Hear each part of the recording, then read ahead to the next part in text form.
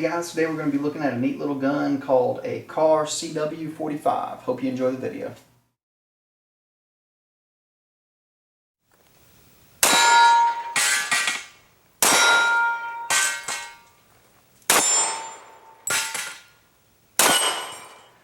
Well guys, went out and shot the Kahr today, and I got to tell you, it's my first experience with Kahrs.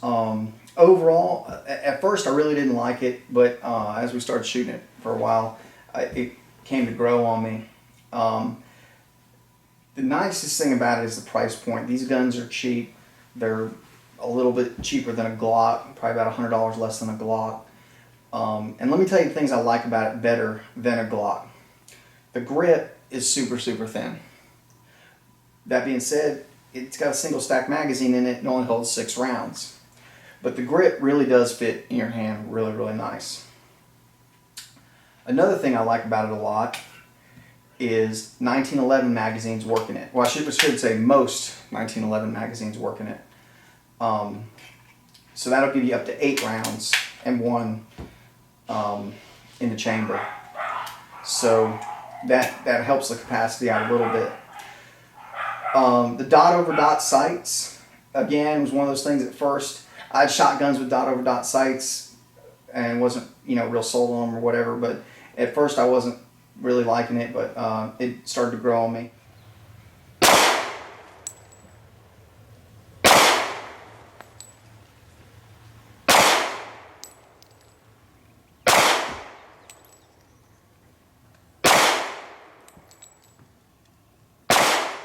Alright, the other thing that took a little getting used to for me was the trigger. The trigger is unlike any other striker fired gun I've ever fired. The trigger is very smooth, and when it does release, it is very crisp, but it's really long. It's long like a double action revolver trigger is long.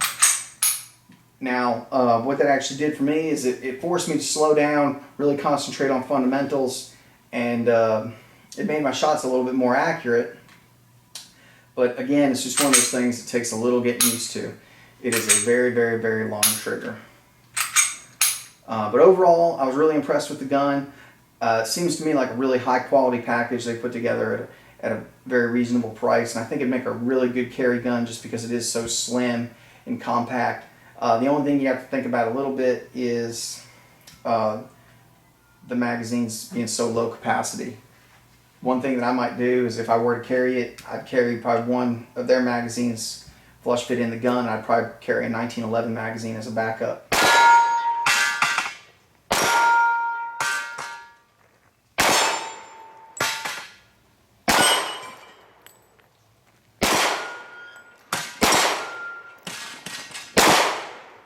Alright, the Kahr CW45 does work with some 1911 magazines, but it does prefer some over others. Let me show you what I've found. This here is an Action Mag, which is just kind of like a cheaper 1911 magazine, and this is a Wilson Combat magazine. You'll notice the difference in the followers. Wilson Combat has this huge anti-tilt follower on it. The Kahr doesn't seem to like the Wilson Combat at all.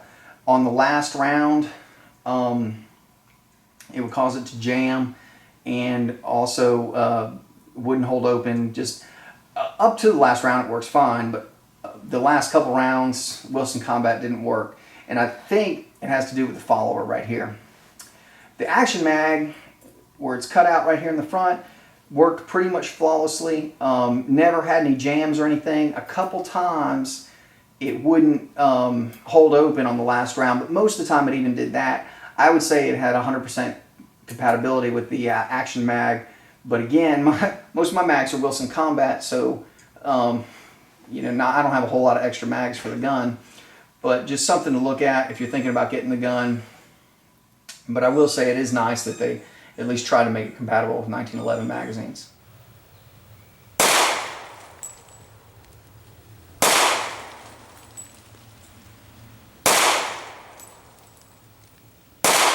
All right, one other thing I want to kind of point out that I personally don't like about the Kahr is the slide release. My particular style of shooting, I like to use a slide release. I know a lot of people are going to say that that's wrong. You should always slingshot the gun. But I can tell you, if you've got a Kahr, you will be slingshotting it.